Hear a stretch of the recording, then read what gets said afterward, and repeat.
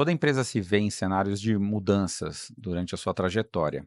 Só que existem mudanças que são muito complexas de se fazer, e nesse momento você precisa fazer intervenções que envolvam várias áreas, que vão afetar o futuro da empresa e como ela está conduzindo seus negócios, né? Isso a gente chama do turnaround, né? Nesse episódio a gente vai tentar explorar um pouquinho como que você identifica o momento que você precisa estar atento para aplicar algumas ações mais enérgicas para fazer o seu negócio voltar a ter a performance e o crescimento que você almeja que ele sempre esteja alcançando. Bora lá? César, pelo que você enxerga, é mais comum você ver empresas que seguem uma trajetória assim em linha reta, só pega sinal verde, ou você vê muita história de derrapagem e retomada assim nas histórias das empresas que você acompanha? Eu já ouvi uma frase que é interessante, né? O passado é imprevisível, né? Quando a gente conta a história em perspectiva das Vira empresas, uma né? linha reta. Vira uma linha reta, a gente conta como se e as coincidências, as coisas que vão acontecendo, a gente até, né, dá aquela floreada falando que como se as coisas tivessem sido meio propositadas, né, planejadas, tal, mas cara, tem muita surpresa no meio do caminho, né. Toda hora vai acontecendo uma coisa nova, uma mudança, coisas externas principalmente, né, que vão aí alterando o rumo da empresa, nossas decisões, os próprios empreendedores, né, mudanças dos próprios empreendedores, pessoais, tudo, né, de perspectiva, de ânimo com a empresa, e isso tudo vai afetando aquele negócio, né. Uhum. Então, na minha época lá da MC1, cheguei a ter 350, 380 funcionários, acho que foi o que a gente teve lá de máximo, né, na minha época. E, cara, a empresa, quando tinha 30, quando tinha 100, quando tinha 200, cara, tudo diferente, né? E eu não sabia o que ia fazer, não tinha consciência de como proceder, era mais no dia a dia, né? Lógico, depois quando você olha, você vê coisas que você fala, cara, eu mandei muito bem nisso, naquilo, eu não mandei tão bem, né? Mas não é uma linha reta de jeito nenhum, Sim. né? Ela é, na realidade, é como se você tivesse como se fosse um bandeirante que você tá com um mato alto, você tá atirando, você não sabe se ali do outro lado do mato tem um precipício, Buraco, tem é. um rio ou tem alguma coisa, mas você vai indo, né? Aham. Então é meio difícil, né, de você prever tudo, né, que é o aprendizado. Mas eu acho que é isso que a gente talvez tenha que aproveitar, né, como empreendedor, né. Uhum. A trajetória é muito legal, né. A gente fica muito focado muitas vezes só no objetivo final, e a gente perde a oportunidade de aproveitar a trajetória, né. E a Sim. trajetória é a história que fica, é o muito legal, é onde estão os aprendizados valiosos, Não, né. e reconhecer que a gente aprende mais nos momentos difíceis do que nos momentos fáceis, né. E Sim, as boas sim. memórias vêm dos momentos difíceis, Sim, normalmente, né. sim, sim. As conquistas são muito legais você ter, mas a marca que fica em você, né, são aquelas coisas mais difíceis, né, como se fosse uma cicatriz, né. Uhum. Ela não dói mais, mas ela tá ali para te lembrar, né, como que você adquiriu aquela cicatriz e o que que aconteceu, né. Aham. Então eu acho que nesse caminho, né, do empreendedor e da empresa, vai ter um monte de cicatriz no corpo que vai ficar, que são aquelas coisas que você foi tendo que mudar o seu caminho, né. Perfeito.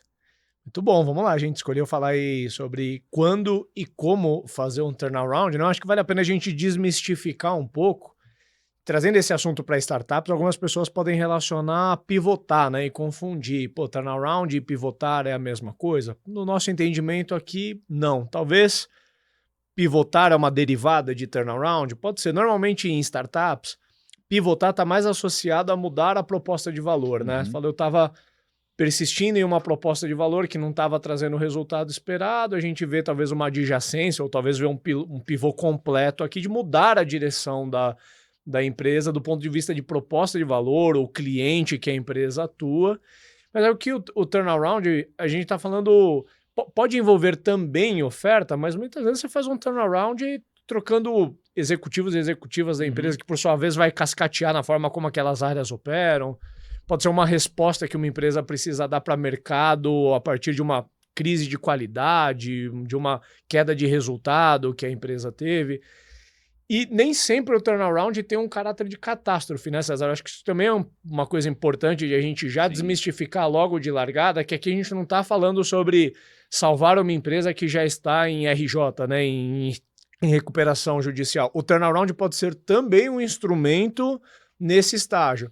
Mas pode ser usado muito antes de a vaca ir para o brejo, né? E eu acredito muito que a medida do turnaround é equivalente à medida da resposta que essa empresa precisa dar a uma crise. Isso aí. Ou seja, a empresa ela não precisa esperar uma crise se tornar uma catástrofe para olhar para dentro e falar, poxa, acho que agora é a hora de fazer um turnaround, de fazer uma mudança quase completa aqui dentro. Talvez ela localizando uma crise ali dentro, seja de qualidade, de margem, de gestão, já atuar com um turnaround mais localizado ali, né? Eu acho que dado um cenário, se a gente for pensar a origem, dado um cenário de declínio, um cenário ali que você está com mau desempenho, neste cenário vem a situação de você iniciar um processo de você recuperar o valor da empresa, de você recuperar a performance da empresa.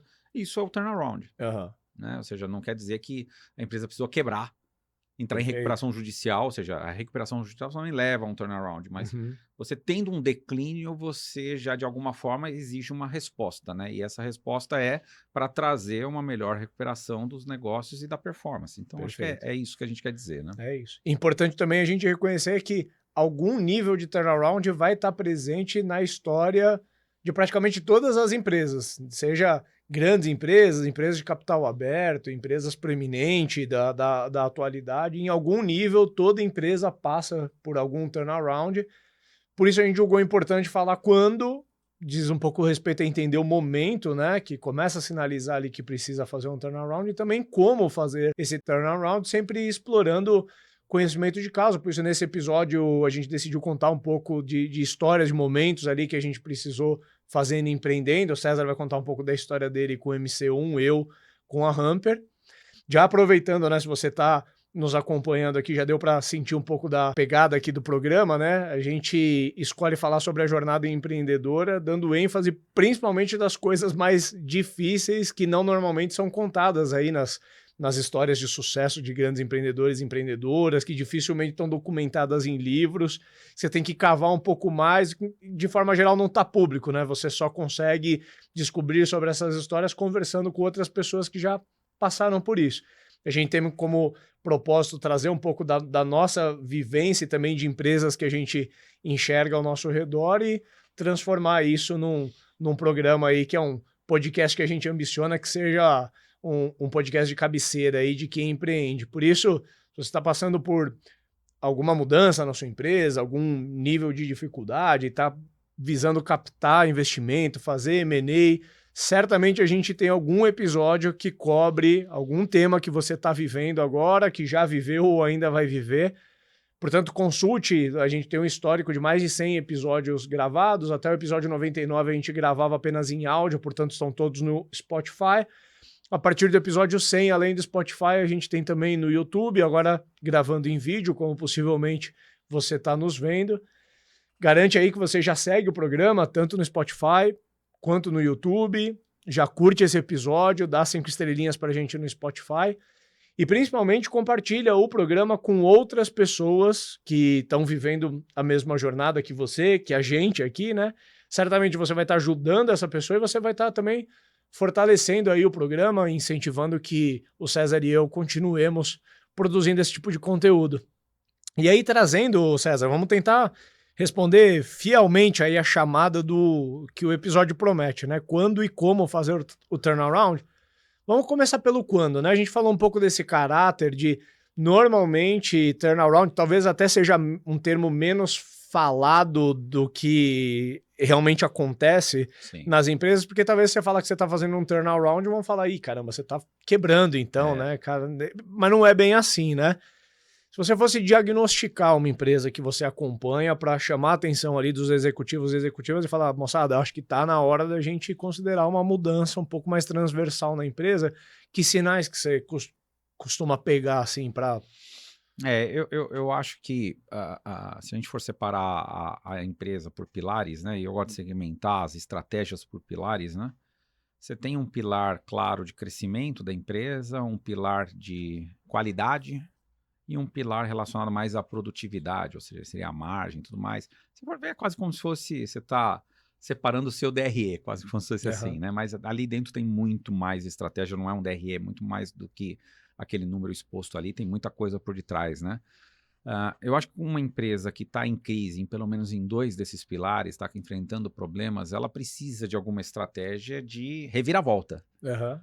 Né? Então eu diria que talvez se você enxerga que eu tenho um problema de qualidade, mas cara, do ponto de vista da produtividade, suas margens, né, da sua equipe e a parte do crescimento tá razoável, cara, acho que você tem ali uma ação mais pontual, clara do que você tem que fazer. À medida que você está com um problema, eu estou com um problema de crescimento e um problema de qualidade, cara, você precisa de uma ação um pouquinho mais rápida, porque você está com 2 pilares, né, ali de 3 extremamente afetados, né? Então você exige de você uma resposta rápida. Então eu gosto de olhar do ponto de vista dos pilares, Uhum. né? E eu acho que o turnaround ele traz, né? Ou seja, essa necessidade, né? Quando você consegue enxergar que botou no momento, né? De, poxa, eu preciso fazer alguma atuação, de você voltar talvez às origens, às premissas que você tinha do negócio, você recapitular um pouco o que te trouxe até ali. Uhum. Né? Então, se você conseguir, que seria um outro diagnóstico, né? Em algum momento, ter como refletir, né? Naquilo que eu planejei, ou seja, não é só um orçamento de um número, né? A gente faz muito orçamento como número que eu tenho que alcançar de receita, de clientes e tudo mais.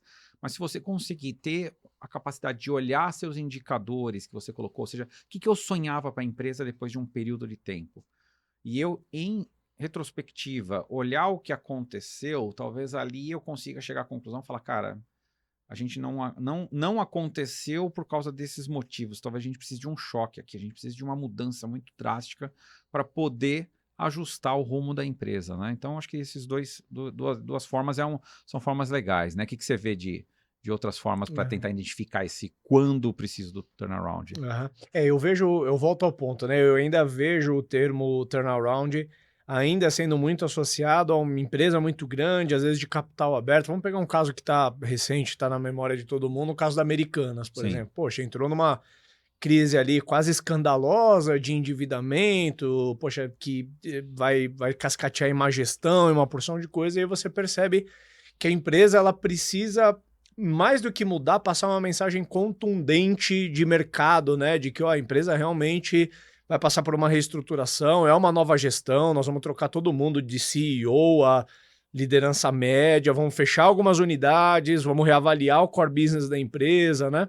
Só que eu acho que a startup, ela, por definição, ela está se transformando o tempo todo até ela se tornar uma empresa mais estável, né? Então, eu só queria tirar essa questão rançosa e trazer à tona de que a startup ela vai passar por pequenos turnarounds algumas vezes para até ajustar bem o caminho dela, né? Mas se eu fosse trazer, assim, momentos que certamente outros empreendedores vão se identificar, que são momentos de turnaround, momento que se você porventura é uma empresa que opera alavancada, precisa atingir break-even, algum nível de turnaround você vai ter que fazer, eventualmente avaliar linhas de produtos, se todos já são lucrativos para o em pé, talvez avaliar perfis de clientes que são atendidos ou mercados que estavam sendo abertos, que talvez tenha que dar passos para trás, coisas assim, mas também fazer análises internas de gestão, de equipe, de estrutura, ou seja, né, essa estrutura que a gente tem hoje é compatível para esse momento que a gente está vivendo,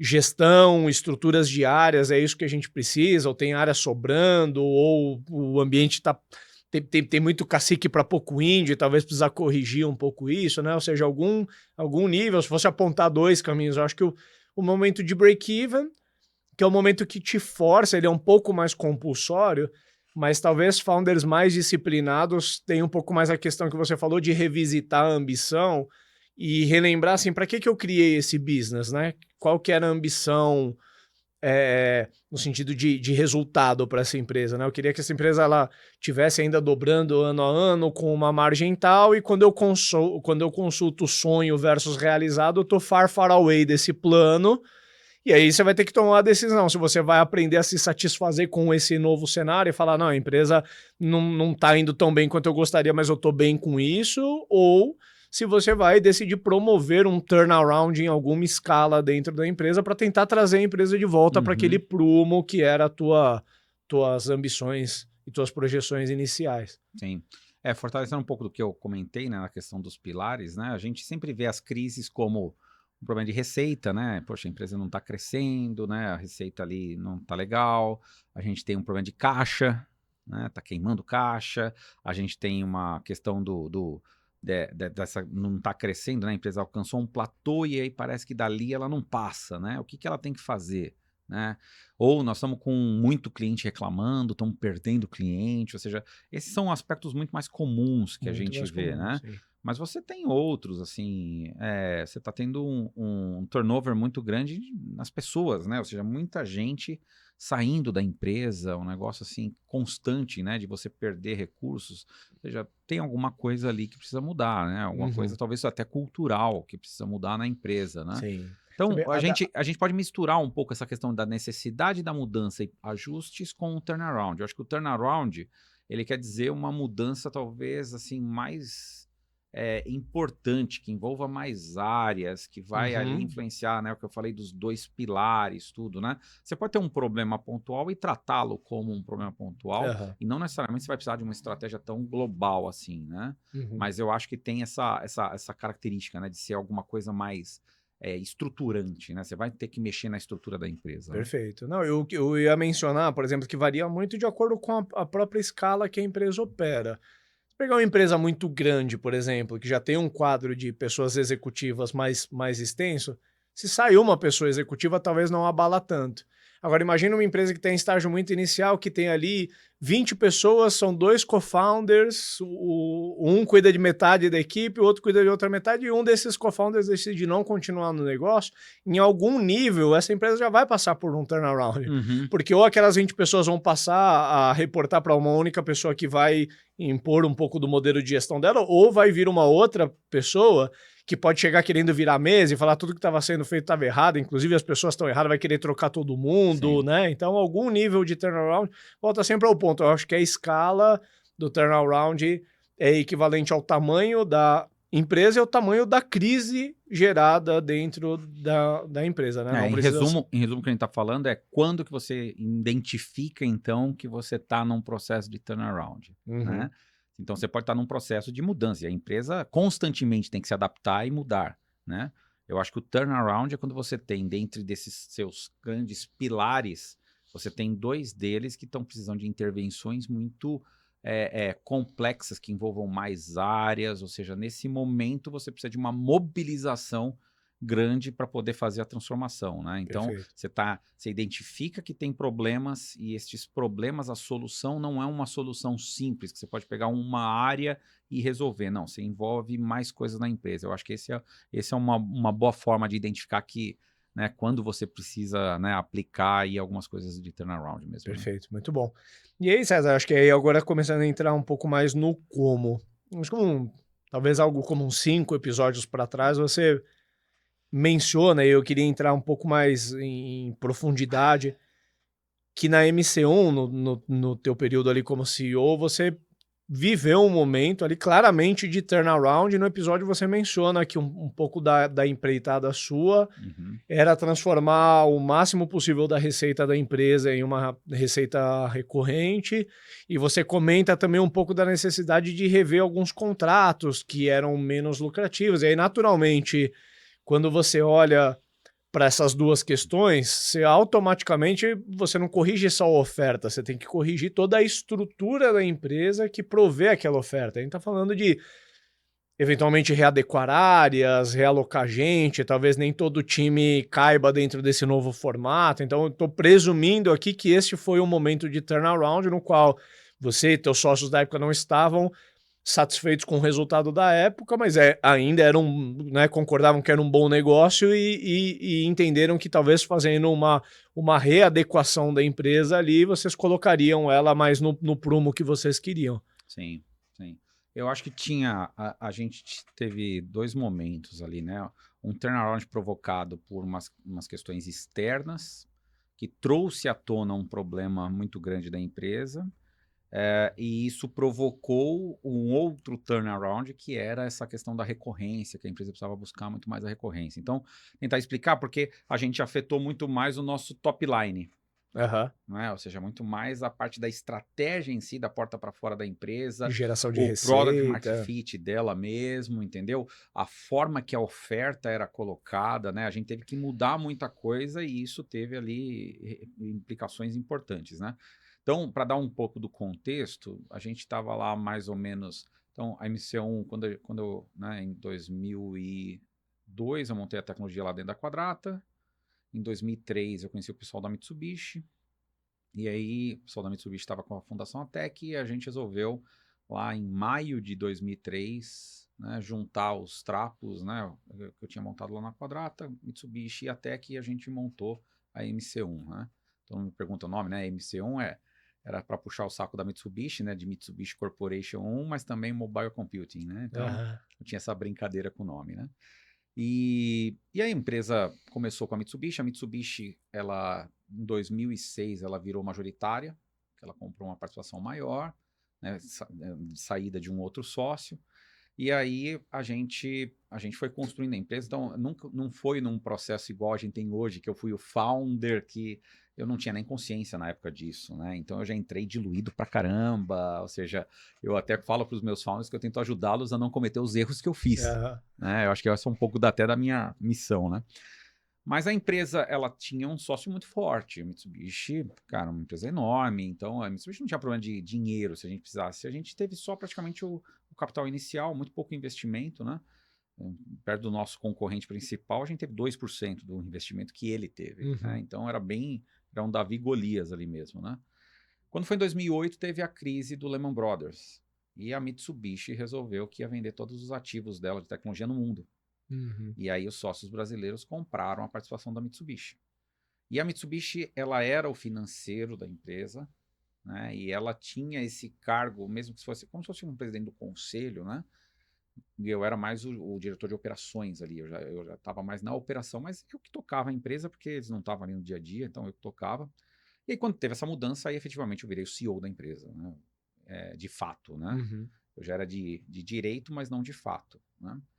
E aí, quando a gente virou, ou seja, a empresa tinha uma crise de caixa, né, porque a Mitsubishi saindo, a gente tinha que lidar com os nossos próprios problemas, então a empresa queimava 15%, né, do que ela receitava, ela gerava menos 15%, né, ou seja, Uhum. queimava bastante, né. Com pouco dinheiro, a gente, uma crise danada no mundo, né, e depois do Lehman Brothers, assim, foi bem difícil ali, 2009 e tal, foi um ano muito complicado.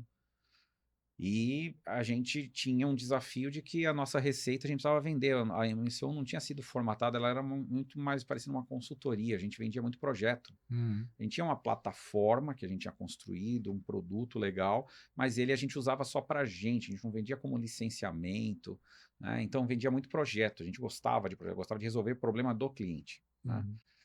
Só que isso daí era uma luta todo mês, né? Todo mês tem que vender projeto, né, para poder fazer o negócio crescer. Então a gente tinha então nós tínhamos uma crise de caixa, né, e nós tínhamos então de rentabilidade, de produtividade da empresa, uma dificuldade, ciclos muito grandes de vender, também tinha uma crise ali de crescimento, e a gente tinha uma crise de estratégia que já a gente precisava mudar o negócio, né? Então a primeira coisa, e foi interessante, a primeira coisa que a gente fez na época foi meio louco. Eu praticamente acabei com a área comercial, né? Foi meio louco, porque eu comecei a perceber que a gente vendia assim, era um processo complexo para vender. A gente tinha uma lista de 500 clientes foco, né? Só Uhum. grandes, só enterprise mesmo. E a gente falou, cara, para manter o relacionamento com eles, tudo, eu tenho que abrir mão de alguma coisa. Então eu falei, cara, eu vou focar na qualidade. E essa qualidade eu vou focar nas pessoas, que as pessoas vão mudando de empresa, né? Os clientes vão mudando de empresas. Com a minha qualidade, talvez eu consiga ir capturando, né? Se eu monitorar bem onde essas pessoas estão andando, talvez eu consiga, né, abrir a porta mais rápido, porque eu tenho alguém que já conhece a minha autoridade, né? E talvez nesse momento de início de turnaround da empresa, você mexer na área comercial significa você interromper o fluxo de entrada que manteria você ainda no anterior. Então, talvez Sim, uma decisão mais dramática, você fala, não posso ficar com o pé em cada canoa e começar a a olhar para o momento novo, sendo que eu ainda estou incentivando o crescimento do modelo antigo. É melhor realmente você fechar aquela porta Isso. e ainda que você voltar a ter uma área comercial, você já voltar a ter uma área comercial que reaprendeu ali já dentro do novo esquema da empresa, né? Sim, sim. E tinha também, Ricardo, assim, além da gente querer, né, desenvolver mais o produto em si, né, os próprios clientes da base eram clientes grandes, então eles demandavam o projeto. Mas eu tinha linhas de produto e serviços que não eram lucrativas. Uhum. E aí eu lembro que eu tive que chamar, ó, 2 clientes muito grandes e denunciar o contrato, para terminar o contrato. Os dois, no final das contas, quiseram negociar e aceitaram um aumento muito acima da inflação. Era uma coisa assim de 30%, 40%. Eu tinha que aumentar para aquele negócio ser lucrativo. E toparam, Uhum. né? Quando teve aquela primeira reação muito ruim, né? Quando você chega a um fornecedor bem menor do que uma empresa, uma enterprise, e se fala, cara, não vou mais prestar o serviço, tá aqui, ó, o termo que daqui a 60 dias eu vou desligar. Né? A reação era muito ruim, né? Acho que a gente não chegou dessa forma, a gente primeiro explicou a motivação, se tinha alguma negociação, a princípio não tem nenhuma negociação. Poxa, agora vocês estão fazendo um absurdo, mas depois foi se negociando e chegou em bom termo com os 2 clientes, né? Então, a gente foi melhorando a produtividade. Então, a primeira coisa que eu queria fazer, eu falei, cara, eu preciso melhorar a produtividade da empresa, Uhum. né? Mesmo que isso, a princípio, eu piore um pouquinho o crescimento, né? Eu falei, mas eu tenho uma base de clientes aqui valiosa. Então, eu tinha que fazer uma escolha. Ou eu continuava com a minha fortaleza, que era a qualidade, nossa qualidade era boa, vamos trabalhar a qualidade e dali ser a plataforma para melhorar tanto a produtividade quanto o crescimento. Eu falei, vou vender mais na base. Então, eu tinha cliente, por exemplo, que faturava X, né, não vou falar os valores aqui, mas faturava X e depois de 2 anos eu estava faturando 20X. Caramba. Né? E eu estou falando de dezena de milhar, que eu faturava para faturar centena de milhar. Uhum. Né?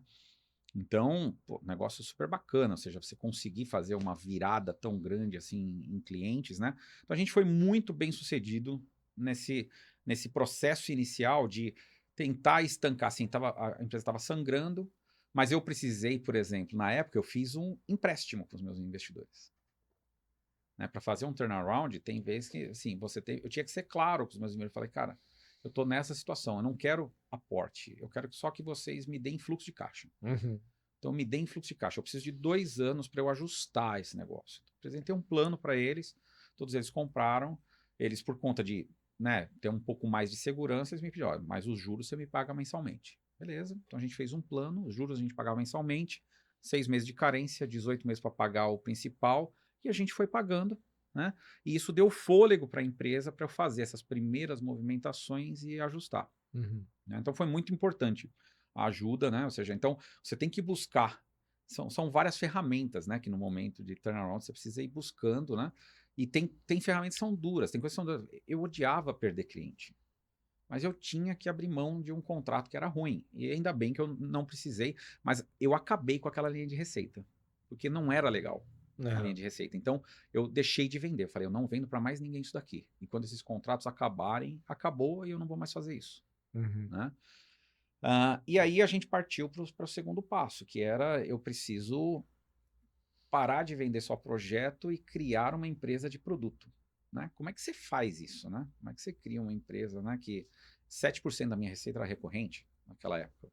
Né? E a gente almejava chegar acima de 80% E recorrente. talvez o que o cliente mais valorizava e que talvez vocês fossem reconhecidos pelo mercado nessa época era essa predisposição de customizar, de desenvolver, de fazer projetos, né? E vocês Sim, abririam mão do que era a principal abertura de novos clientes ali para sim, vocês. sim. E foi uma parte interessante porque eu, para receber, como eu tinha pego dinheiro emprestado, eu ganhei um fôlego para falar o seguinte, cara, eu vou vender os projetos meio que financiados com esse dinheiro para o cliente. Em vez de eu cobrar o setup dele, eu vou vender a licença que ele vai me pagar, contratos de 3, 5 anos que ele está me pagando ali, manutenção e licença, né? Não tinha tanto modelo SaaS, né, ainda na época, né, estava começando alguma coisa com SaaS, né, mas a gente já tinha, né, em vez de ser on-premises, né, que instalava lá no, era, né, um serviço que ele pagava para a gente. E aí a gente começou a ser bem sucedido nisso, né, porque as empresas queriam menos, né, CAPEX, né, menos investimento e mais despesa mesmo, né, E aí a gente começou a trabalhar custos, né? O OPEX mesmo. E a gente começou a trabalhar nesse sentido, né? Então, a princípio, né? Então a gente deixou a empresa, estava bem, a gente tinha os projetos dos clientes, qualquer novo ampliação, e começou a pintar, a gente não deixou de vender.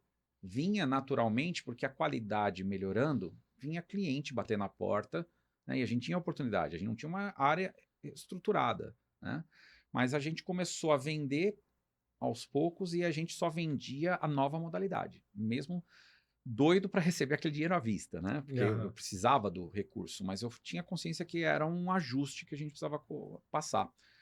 E aí a gente, então, o que eu tiro disso, né? E aí depois, depois de 3 anos, né, que a gente fez trabalho, então 10, 11, 12, quando chegou em 2012, a empresa tinha 25% de EBITDA, a empresa já estava mais ou menos ali na época, depois a gente alcançou mais de 85% de receita recorrente, mas na época a gente já devia estar nos 70% de receita recorrente. Uhum. Eu fui trocando os contratos dos clientes e negociando para transformar de on-premises para recorrência mesmo. Então foi um processo bem bacana quando a gente concentrou nos clientes, né? E a gente foi crescendo, foi vindo outros clientes. Crescemos muito na base. A empresa, nesses 3 anos, ela quase triplicou de tamanho, né? Então, Uhum. foi um crescimento muito bom dentro da base mesmo, né? Então, foi um cenário interessante. Agora, o aprendizado principal aqui, né, desse turnaround. Cara, a primeira coisa, né, eu tinha que identificar corretamente onde estavam os problemas, né? Então, para saber que era tal linha de receita que estava com problema, eu precisava ter essa certeza, né? Então, precisava ter o dado. A partir desse dado, tomar decisão muito difícil, Uhum. né? Tomar a decisão de parar a minha área comercial tendo um problema de crescimento, né, não foi trivial. Era uma coisa muito fora da caixa na época. Uhum. Falar que a gente ficou na época, quando eu falo em acabar, ou seja, acho que eu fiquei com uma pessoa, 2 pessoas, alguma coisa assim, era muito maior a estrutura, né? Porque boa parte da minha equipe comercial foi com o meu concorrente. Caramba. Ou E eu seja, no tinha, teu momento de turnaround, e eu ainda tive essa crise, né? Que, Aham. que, que o diretor comercial na época, a principal vendedora, tudo, eles foram para o concorrente, né? E de alguma forma agrediram a minha base, Sim. né? Então, e, cara, não tenho raiva alguma deles, pelo contrário, mas, cara, faz parte do jogo, né? Eu brinco que em momentos de crise também a gente conhece realmente quem que tá com a gente, né? Então, e ali, cara, quando eles foram, ou seja, eu acho que eles estavam buscando o espaço deles, então, Sim. mas a gente conseguiu segurar os clientes, né? Foi um processo até bom pra gente, né? A gente acabou Uhum. se fortalecendo muito nos clientes, né? Eu acho que muitas empresas precisaram fazer essa transição que você comenta bem por volta ali de talvez entre 2010 e 2015, Uhum. muitas empresas de on-premise começaram a olhar para sasterizar a sua receita, né, tornar a sua receita recorrente, só que você tem um descasamento enorme de fluxo de caixa, que às vezes você estava acostumado a ter um cliente que te remunerava R$ 50.000 na cabeça, você vai trocar ele por um cliente de R$ 2.000 por mês, né? Sim, sim. Mas olha que é interessante, né? Depois de 3 anos, eu lembro que eu comecei, acho que no ano de 2013, o orçamento de 2013, com o crescimento bom que a gente tinha ali, eu já começava com, dos meus custos, a minha receita já contratada era 110% dos custos de despesas, Aham. entendeu? Então, eu já começava lucrativo o ano, né? Então, a capacidade que a empresa tinha de investir e tudo mais, a previsibilidade que a recorrência dava para a gente, era um negócio, né, fantástico. Foi um grande motivo da gente conseguir depois vender a empresa e tudo mais, né? Então tem essa vantagem. Agora, a gente passou 3 anos ali numa situação que, graças a esse caixa que a gente recebeu, deu para dar uma equilibrada, foi uma dívida, mas quando eu tive que pagar a dívida, eu consegui espalhá-la melhor e fui pagando, e em 2 anos eu realmente quitei a dívida, Aham. né? De até, assim, ter investidor depois falar, você quer ficar um pouco mais de dinheiro, porque a rentabilidade era boa para eles, mas eu não Sim. precisava mais, a empresa já estava andando bem. Então foi muito intenso, decisões super difíceis, a escolha do que parar de fazer, eu acho que é o mais complicado, quando a Sim. gente está no turnaround, né? Não adianta, a pergunta principal que a gente tem que fazer é, a gente está estruturado para o tamanho do desafio que a gente tem pela frente? Quando você primeiro tem que ter a consciência do desafio. Tenha consciência, a pergunta que você tem que fazer em seguida é, nós estamos estruturados para isso? Estruturado não é só, eu tenho dinheiro, as pessoas que estão aqui, não. A estrutura organizacional da empresa, né? Ela está preparada para esse desafio? tem coisas que a gente não tem nem como fazer, então é melhor abrir mão. Uhum. Abrir mão, né? E focar, né? Toda a gente fala em focar, poxa, mas focar é muito importante. Em momentos de turnaround, em momentos de você está sendo questionado, né? Você tem que fazer escolhas. E essas escolhas não são fáceis, são escolhas difíceis, mas são necessárias, né? A gente quebra. A gente não tem a previsão, né, Ricardo, de saber o que vai dar certo e o que vai dar. Eu não sabia o que ia dar certo e o que ia dar errado, Aham. né? Mas eu acho que a gente não teve medo de fazer uma escolha. Eu podia talvez ter feito escolhas, quem sabe, né? Só Deus saiba. Se eu tivesse feito outras escolhas, talvez pudesse ter mais sucesso. Mas eu sei que as escolhas que eu tomei, eu deixei a empresa de pé. Aham. Né? Eu consegui. Por quê? Acho que o pior cenário é você não tomar escolha, você não decidir. E aí você fica no meio do caminho, e eu acho que aí é que quebram as empresas. Né? Perfeito. Né, se fosse fazer um apanhado dos resultados que eu fui pescando, que você mencionou ao longo de 3 anos, você saiu de uma receita de 7% de receita recorrente por 85%, ou seja, se a gente fosse trazer para parâmetros atuais de avaliação de empresa, a empresa multiplicou o valor de mercado, ainda que fosse de 1 para Sim, 1 a receita, ela multiplicou muitas sim. vezes seu valor de mercado. Você foi de uma empresa deficitária para uma empresa com 25% É. de EBITDA, e você falou que a empresa Em aumentou 2014 a gente chegou a 25% de EBITDA. 2013, 2014. em termos de patamar de receita, foi de quanto para quanto? E até uma curiosidade, caiu antes de subir? A gente andou de lado. Ok. 2009 para 2010 a empresa andou meio de lado. Mas se cresceu, cresceu assim 5%, muito pouquinho. Uhum. Não chegou a decrescer. E Né? depois? Mas depois foi, putz, nossa, de 2010 para 2013 a gente triplicou, né, a empresa. Então, 2012, até 2012 a gente Uhum. triplicou. Então foram 3 anos ali, né, 10, 11, 12, na empresa triplicar. Então foi muito bom, Aham. muito bom. E aí 2013 e 2012 a gente começou o processo para vender a empresa. Demorou 18 meses a gente vender a empresa, né? Então, conversa com muitos fundos, tal, e até que quando a gente foi contratar um advisor, o próprio advisor tinha um braço também de investimento e resolveu ele fazer a compra da empresa, né? Mas foi bem interessante, assim. Mas a gente não tinha, por exemplo, eu não tinha a maturidade que eu tenho hoje, eu não sabia, a questão de múltiplos mudou muito no mercado, né? Hoje a MC1 valeria muito mais do que foi que eu vendi, né? Uhum. Mas isso é interessante também, né? Eu não tenho nenhum tipo de arrependimento, não. Eu acho que Uhum. era da época, fez parte do meu aprendizado. Eu acho que me trouxe até aqui tudo que eu aprendi de lá, né? Claro. Não, e qualquer análise que a gente fizesse, que a gente tentasse pegar um negócio passado e tentasse corrigir para o momento presente, vai frustrar. Eram É, outros tempos, né? Outra percepção de realização, né? sim, sim. Imagina quando eu tive o provedor lá de internet, pô, eu tinha 20 anos, cara. Né? Eu tinha 20 anos, naquela bomba, né, que estourou quando a internet, né? Só quem viveu ali no final dos anos 90 para lembrar como é que foi a transformação. Aquilo foi uma transformação, aquilo mudou o mundo. Aham. Né? A internet efetivamente mudou o mundo. Sim. Né? Hoje, meus filhos, né, eles acham que água e ar e internet são forças da natureza, entendeu? São coisas que estão na natureza e pronto, né? Já É, veio assim o mundo, né? nunca tiveram a experiência de ouvir um modemzinho, né, chiando. Sim, sim, sim. Eu ainda peguei isso. É, entrega a idade. Entrega a idade. Muito bom, cara. Não, e ouvindo você falar, me vem outras possíveis momentos, né, de turnaround. Às vezes, quando a empresa ela vai se preparar para vender a empresa, ela pode precisar passar por um turnaround. Muitas vezes, na entrada de um novo sócio, por exemplo, um private equity compra uma participação, a totalidade de uma empresa, ele pode fazer um turnaround para reajustar. Às vezes é uma empresa que crescia muito, mas dava pouco resultado, e a tocada daquele novo sócio é por resultado. Ele pode fazer um turnaround que envolve até trocar executivos e executivas, mudar um Sim. pouco a direção do negócio. Eu, antes de contar o da Hunter,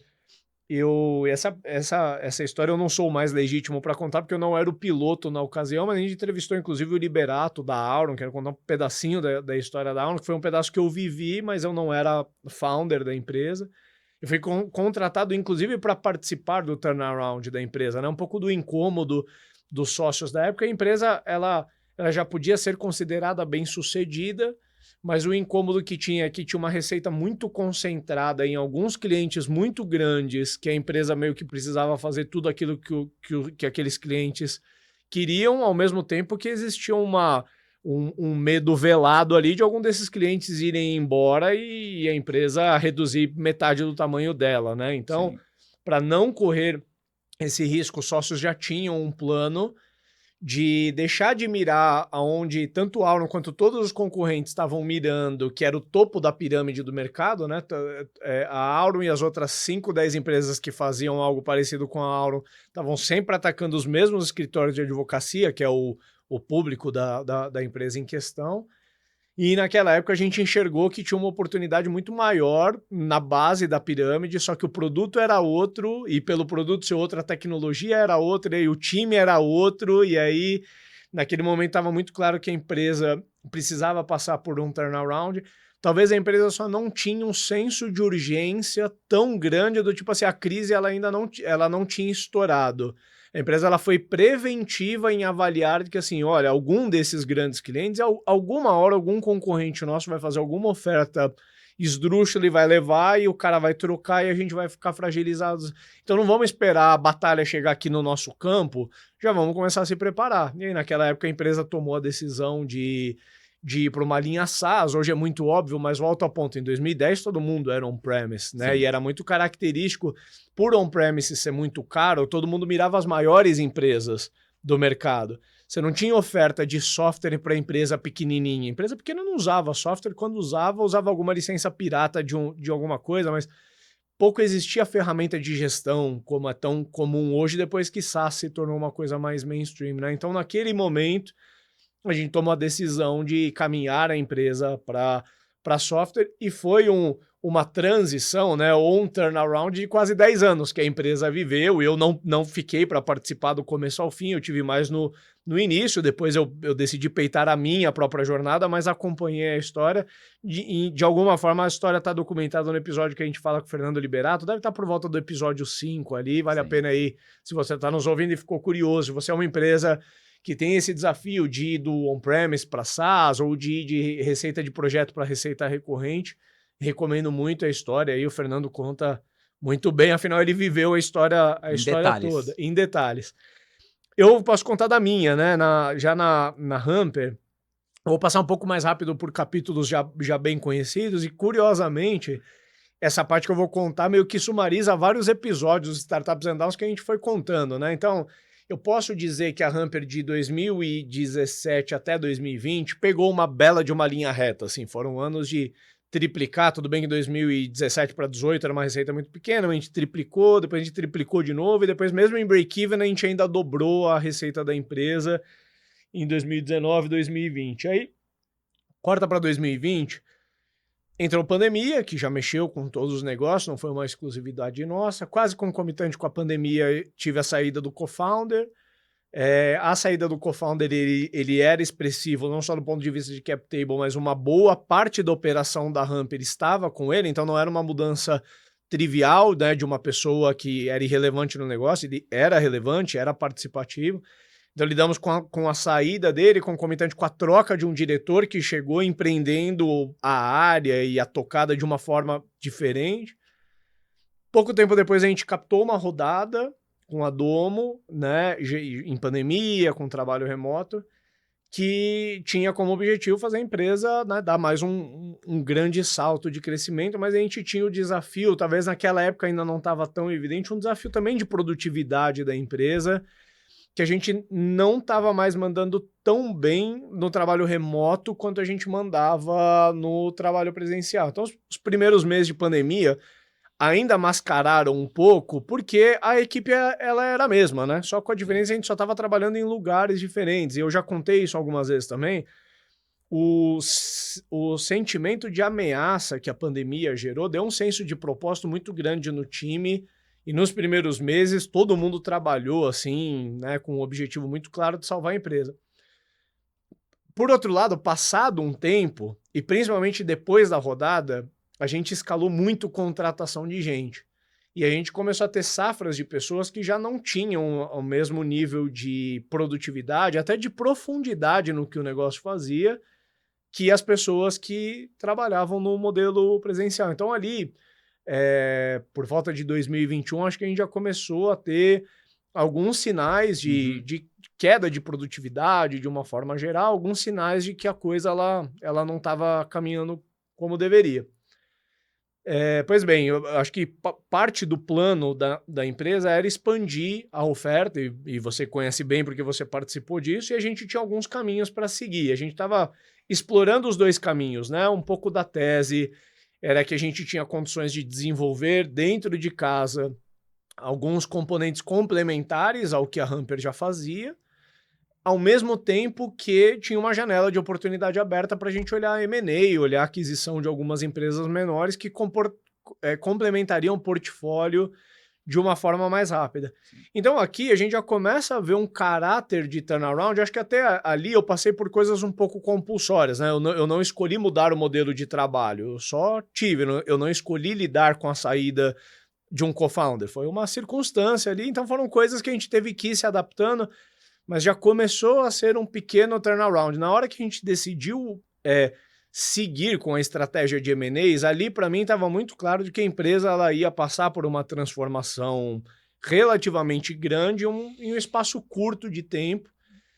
Afinal, para mim estava muito claro que o M&A não mexeria só com a oferta, ele mexeria principalmente com a oferta, mas quase que a reboque vem uma estrutura nova de empresa. Porque se a gente fosse compor uma nova oferta só desenvolvendo dentro de casa, talvez ia ser um salto mais incremental, né? A mesma empresa que desenvolveu componentes novos. Mas a gente trouxe, num horizonte de 3 meses, 2 empresas novas que a gente adquiriu para dentro da Hamper, né? Então, se você está ouvindo a gente pela primeira vez, né, em 2022, a Hamper fez a aquisição de 2 empresas, né? A gente já tinha uma plataforma de prospecção, líder na categoria que a gente atuava naquele momento.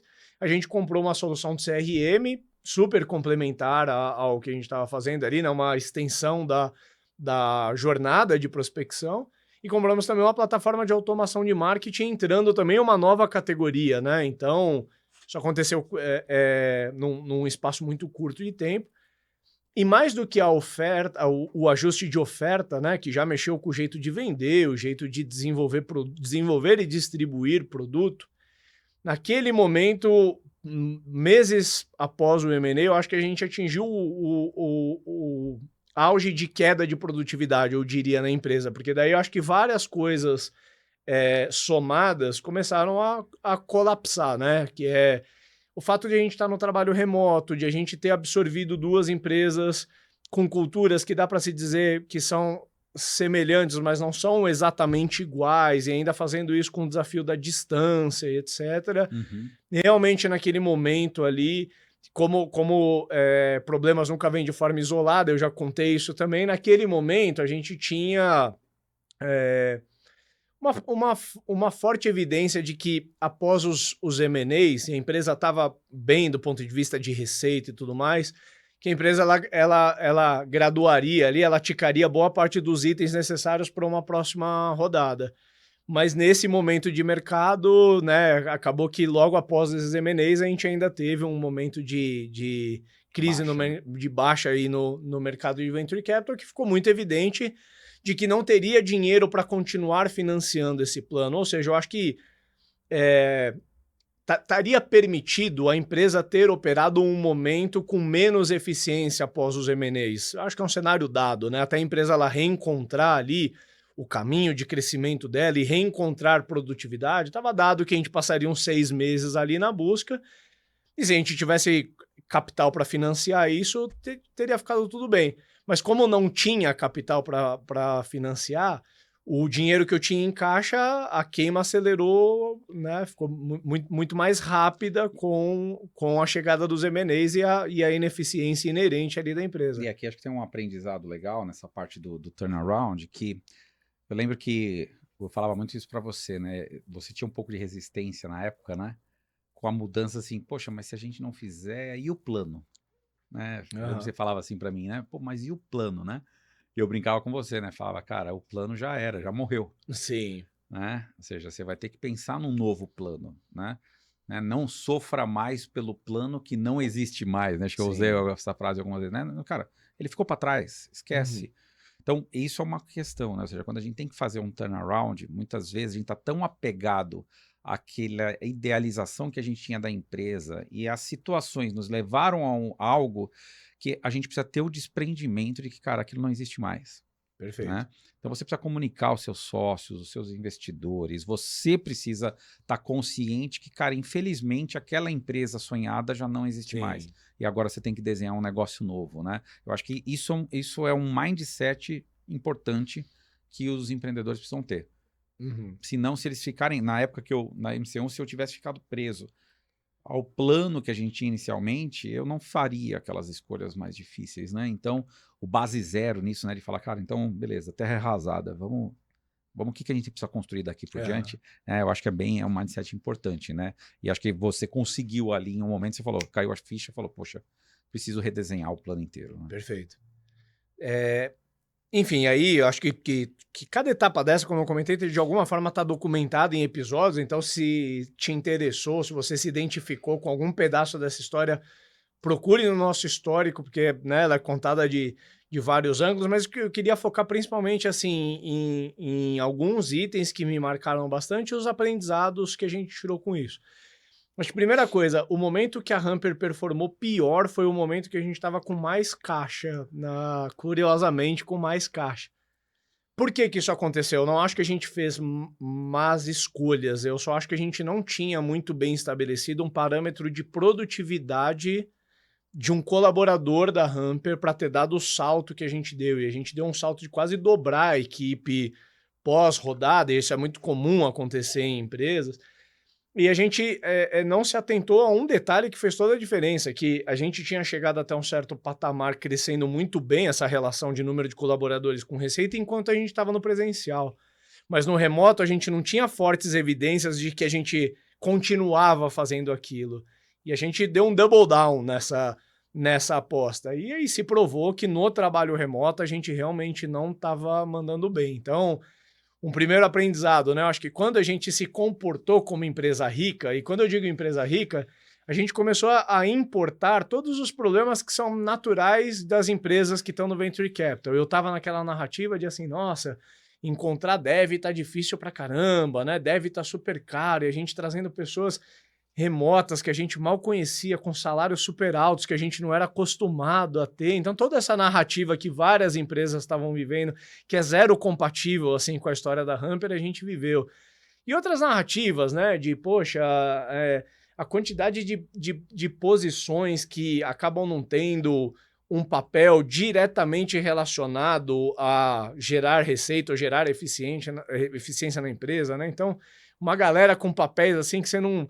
O que fulano faz? Ah, Scrum Master de não sei o quê, outro cuida de people, de mais não sei o que lá. E você fala, mas no fundo, ninguém está responsável por um centro de geração de receita ou alguma entrega clara, né? Você acaba criando assim, uma camada de governo dentro da empresa ali com pessoas que não têm um papel responsável, que eu acho que é um erro que você só... Quando você tem pouco dinheiro, das duas uma, né? Você avalia assim, essa próxima pessoa que eu vou trazer, ou ela ajuda a vender mais, Nem ajuda a trazem reter ideia. Não tem mais, dinheiro, nem trazem a ideia. ou nem traz. Nem traz a ideia. E aí, quando você tá com um caixa mais abastado, você olha para coisas que você fala assim, não, eu acho que eu preciso ter uma área de determinada coisa. Aqui, né, a gente cometeu esses erros e depois a gente aprendeu que, de fato, não era a nossa.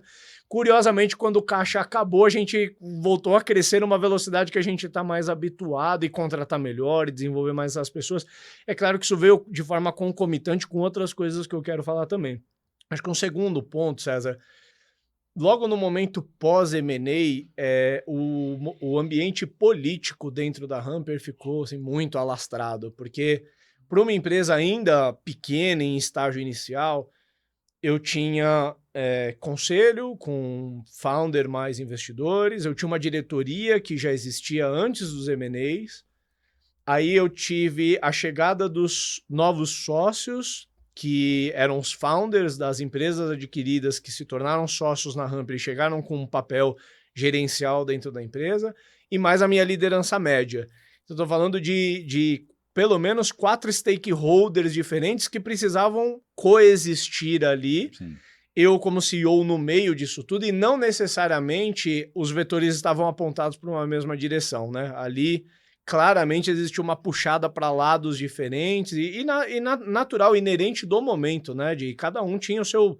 eu não vou dizer o seu próprio interesse, que existe uma agenda pessoal, mas existiam ainda, né, vetores que precisavam ser alinhados e claramente aquele era o meu papel. E eu levei tempo para acordar, até porque um certo tempo de maturação era necessário até eu ter a visão, mas para mim em algum momento ficou, assim, límpida na minha visão de que, assim, cara, uma das coisas que tá detonando com a Hamper agora e nos impedindo de crescer é esse ambiente político. O ambiente político não no sentido também pejorativo, mas a velocidade que a gente levava para tomar decisões que precisavam ser rápidas e colocadas na rua para gerar resultado rápido, e que às vezes a gente ficava colegiando 30 dias até todo mundo envolvido estar ok com aquilo, e a sensibilidade que a minha liderança que já existia dentro da Hamper tinha pelo fato de ter novas pessoas de gestão ali que eram também sócias e papéis que não estavam claros, enfim.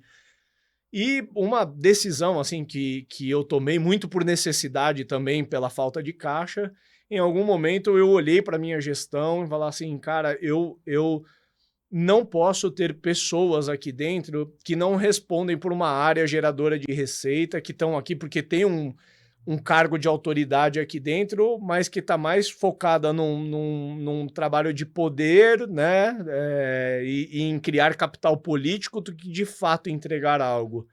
E aí, quando eu tomei essa decisão e comecei a conversar com você e com pessoas de confiança, ficou muito claro o que eu precisava fazer. E aí, pouco a pouco, eu fui reajustando ali a minha gestão, o que me leva para um terceiro ponto de turnaround, que foi na gestão. E eu acho que ali foi um dos pontos onde a gente teve mais alavancagem, né? Eu tinha tanto algumas pessoas que claramente não tinham um papel tão necessário dentro da empresa, mas exerciam um capital político ali dentro e acabavam ensaboando um pouco do meio-campo. Mas eu tinha também algumas lideranças de áreas críticas que não eram lideranças tão bem preparadas para cadeira, para aquele momento, né? E aqui o que eu quero dizer, assim, em algum momento ficou muito claro para mim que parte da liderança da Hamper, que tinha sido formado dentro de casa, se posicionava mais como a pessoa representante daquela área do que como uma pessoa gestora de fato. E eu convido founders que estão nos ouvindo a olharem para dentro de casa e refletirem sobre isso. Muitas vezes ali a sua líder de vendas, a sua líder de CS, o seu líder de produto, muitas vezes é alguém que estava dentro da organização, cresceu, ou seja, estava ali como analista, era a par dos outros analistas, se tornou uma pessoa gestora ali, mas não tem o punch de exercer gestão sobre as outras pessoas, e muitas vezes ela se coloca numa posição confortável de ser meio que a pessoa que representa aquela área nos outros fóruns. Sim. Então ela vai, eu sou gestora de vendas, por exemplo, eu vou lá discutir com as outras lideranças os interesses das áreas de vendas. Mas tudo que é chato, tudo que é impopular, essa pessoa evita fazer. Você começa a avaliar que essa pessoa não demite ninguém do time dela, porque demitir é uma coisa chata pra caramba, é desgastante, né? Tem que lidar com toda aquela questão e evita fazer. Às vezes a pessoa não muda um processo dentro da área, uma regra de remuneração, alguma coisa assim que a empresa precisa que fosse feita, ela não faz porque é uma medida impopular e ela não quer lidar com a chateação daquilo. Então, o terceiro ponto que eu fiz depois de ter acabado com a política foi implementar gestão de fato dentro da Hamper. E aí foi reavaliar a minha gestão e alinhar muito seriamente com quem eu acreditava que tinha salvação e pouco a pouco ir mudando as pessoas que eu acreditava que não tinham, de que a gente ia precisar fazer gestão de fato. E gestão de fato significa muitas vezes tomar decisões impopulares, que é desligar por performance, é mudar uma regra de remuneração que não estava muito bem ajustada, é cobrar as pessoas por entregas, coisas que normalmente quando a pessoa ela se posiciona como líder da categoria e não gestora da área, tem dificuldade de fazer. Sim. O que leva para o quarto ponto, que é voltar a olhar performance como prioridade da empresa, né? Eu acho que a Hamper, ela foi construída como uma empresa que sempre valorizou performance, cumprimento de metas. Com a pandemia, a gente aliviou muito esse lado, e com razão, né? Eu não me arrependo das escolhas que a gente fez. Com pandemia, a gente precisou rever o nosso plano, em algum momento até operar um pouco sem meta, porque a gente não sabia ali nos primeiros meses o que ia ser da empresa, se a gente ia perder metade da receita, se a empresa ia deixar de existir, se a gente ia continuar crescendo.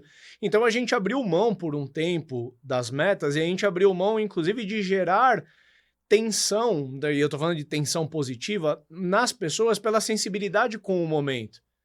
Só que passado um tempo a gente esqueceu de revisitar aquilo e num dado momento a gente falou, gente, já passou 2 anos Uhum. daquele pior momento da pandemia e a gente ainda tá com receio de falar com o nosso time de que a gente precisa voltar a bater meta de venda, de que as entregas que estavam combinadas para acontecer numa certa data, que é importante que elas aconteçam. A gente tá com medo de exigir das pessoas que elas façam com o combinado, tá meio estranho isso daqui, né? Então, quase que concomitante com a gestão de fato, veio acompanhado com performance. E a gente perdeu o medo de falar abertamente sobre as performances e metas, e eventualmente numa empresa que no meio da pandemia até tirou ranking de vendedores pela sensibilidade com as pessoas, e aquelas narrativas muito assim, não, porque ranking de vendas expõe muitas pessoas. A gente foi abrindo mão do que construiu a Hamper que a gente conhece, e num certo momento a gente decidiu retomar e falou, poxa, talvez se tiver algumas pessoas que não têm muita tolerância a esse tipo de coisa, elas já vão sinalizar de que não é o tipo de empresa que elas querem trabalhar e tá tudo bem, a gente vai arrumar um caminho para todo mundo aqui. E a gente implementou análise de desempenho, a gente fez desligamentos por performance, deixou muito claro por que aquilo estava acontecendo, e hoje está muito claro para todo mundo que trabalha na Hamper que performance importa. E como quinto item, que tudo isso que eu estou comentando não é enfileirado, né? São coisas que aconteceram quase que de forma Sim. concomitante. A decisão de a gente voltar para o trabalho presencial, claramente vivendo um momento de turnaround na empresa, a gente olhou para as nossas possibilidades e a gente viu que a gente teria muito mais chances de fazer um movimento bem sucedido, ou seja, dentro do orçamento de dinheiro e de tempo que a gente tinha para fazer, se a gente tivesse juntos vivendo aquilo no escritório, onde a troca é muito mais real time e a conversa é muito mais direta do que no momento que a gente estava de conversas assíncronas e etc. do trabalho remoto, né? Então, a gente tomou essa decisão mais ou menos no meio do ano passado, e aí quando a gente soma todos esses fatores, né, não só o retorno do trabalho presencial, a Hamper ela voltou a ser aquela Hamper pré-pandemia. Não vou dizer que durante a pandemia a gente só errou, né? Mas a gente teve uma jornada de crescimento muito acelerado até pandemia. Durante pandemia, trabalho remoto, M&As, a gente levou um tempo para reencontrar o nosso caminho. Eu sinto que desde o meio do ano passado a gente resgatou os fundamentos da empresa que construíram a Hamper que a gente conhece, e a gente, enfim, reassumiu, foi quase um turnaround nosso, foi quase que um resgate às origens da empresa, naturalmente como uma empresa muito maior, muito mais madura nesse segundo momento, mas de revisitar o que construiu a cultura e o desempenho da empresa ali. Muito bom. Vamos passar para os ups and downs? Bora passar para os ups and downs. Puxa um primeiro... Posso puxar aqui meu down? Bora. Cara, eu acho que foi legal que a gente falou, que a gente apresentou aqui 2 modelos, né? Eu acho que você trabalhou muito um modelo da questão do top, do bottom line, né? Interno, o que você precisou Melhorar a mudar, eficiência melhorar da a empresa. eficiência da empresa, né? Eu falei de alguns aspectos para, né, você conseguir identificar claramente, falei bastante de top line, né? Como que eu trabalhei isso, e também alguma coisa lá de produtividade e tudo mais, né? Mas, puxando meu down aqui, fica claro aqui que a gente tentou de alguma forma aplicar o remédio certo. E muitas vezes o down é quando você tenta aplicar o remédio errado, ou seja, você faz um diagnóstico errado, você não segmenta o problema, não consegue criar as métricas para identificar onde está realmente o problema, né? O founder tem muito essa questão da sensibilidade, que ele está no dia a dia do negócio, e ele tenta achar pelo cheiro, né? Ele vai tentando descobrir o que precisa ser feito, né? E à medida que a empresa cresce, você deixa de estar com um faro tão aguçado. Então, se você aplicar o remédio errado, porque você não conseguiu fazer o diagnóstico correto, cara, você vai só talvez aprofundar o problema da empresa, né? E aí você vai precisar de cada vez uma intervenção maior para resolver. Muito cuidado, né? Ou seja, não seja tão pronto a agir, né? Acho que nesse sentido, quando você vai fazer um turnaround, seja pronto a analisar os dados, a ter os dados claros, seja rápido para obter esses dados e a partir deles você vai tomar as primeiras ações, mas continuar medindo se eles estão melhorando à medida que você está implementando as coisas, né? Senão você Uhum. tem que ir ajustando. Boa. O meu down vai por uma linha mais ligada ao quando fazer, com um pouco de conhecimento de causa. É claro que quando a gente olha em retrospectiva, com os aprendizados, a gente sempre acha que eu podia ter agido mais rápido. Então, quando eu olho, eu acho que eu tinha as evidências, já estava dentro de mim, tanto na minha intuição quanto nos dados que você falou, que eu deveria fazer uma mudança. Mas eu ainda mantinha o meu lado otimista de persistir, e eu acho que cada mês que eu ainda persisti, mesmo sabendo que a coisa estava errada, me custou um pouco mais. Lembrando que, mais de uma vez durante o episódio, eu falei que a medida do turnaround ela é equivalente ao tamanho da crise que você gerou. Ou seja, se você identificar uma crise cedo e agir no turnaround cedo, provavelmente vai ser uma medida pouco impactante. Poucos meses depois, a empresa está voando novamente. Se você deixar aquela batata cozinhar por muito tempo, aquela crise vai virar um rombo, você gastou muito mais caixa do que precisava, muitas vezes os danos em cultura, por exemplo, que são mais perenes, foram maiores, aí quando você decidiu fazer o turnaround, o tamanho da medida foi muito maior. Portanto, por mais que a gente tenha sempre um lado otimista, um lado de querer persistir, ou às vezes até um lado de querer evitar tomar decisões difíceis, eu acho que quanto antes fazer. Provavelmente você sente que precisa fazer um turnaround e você não está enganado, portanto faça. Sim, sim. Eu acho que o meu up aqui, Ricardo, puxando, eu conheço alguns casos que é interessante, é como se a empresa conseguisse evitar os turnarounds por problemas internos. E como que eu vejo esses founders fazendo isso, né? São founders muito hábeis de responder rapidamente a mudanças. Então, eles têm ali os controles dos dados. Um pouco você falou de ter as métricas, de gerenciar em si muito próximo, né? Métricas que entreguem, né, call to action, né? O que você tem que efetivamente fazer, né? Mas que se perguntam a todo momento, né? A pergunta que eu coloquei durante o episódio, né? Se a gente está estruturado para o tamanho do desafio, ou seja, toda hora eu estou olhando o tamanho do desafio, o que está se apresentando para mim, como que está sendo a minha performance, e toda hora estou me perguntando se eu estou estruturado para aquilo e não tenho problema em mudar. Então, é como se esse processo de reavaliação da empresa ele fosse um ritual constante. E você consegue responder ali. Então, provavelmente, ele vai ter só que atuar como um turnaround mesmo, alguma coisa mais complexa, se vier alguma crise externa.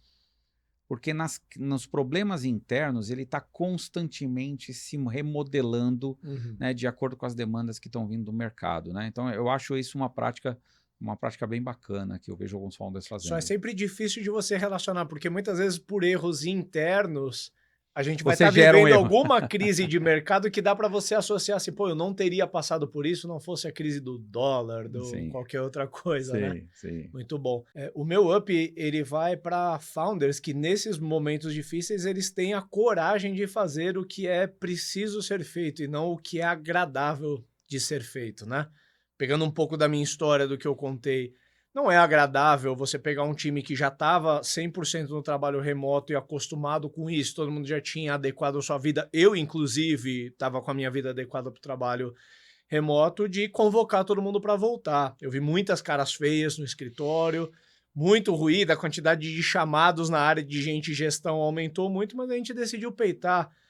E não foi, eu estou citando o trabalho remoto, mas lembra que eu falei, eu cortei política dentro da empresa, ou seja, eu colegiava muito mais decisões, em algum momento eu desliguei parte dessas pessoas e deixei claro para todo mundo que ficou de que assim, eu vou colegiar muito menos, eu vou apontar muito mais o caminho, porque a gente não tem tempo para as coisas, não é bem uma medida popular, dentre várias outras coisas pouco populares que a gente precisou fazer, mas aí a gente fez porque precisava e não porque era legal, né? Então, para mim, um up é, em momento de crise, você assumir ali As que rédeas. essa hora que você precisa fazer o que precisa ser feito e não o que Legal. é gostoso de ser feito. É, e parece que é simples, mas não é.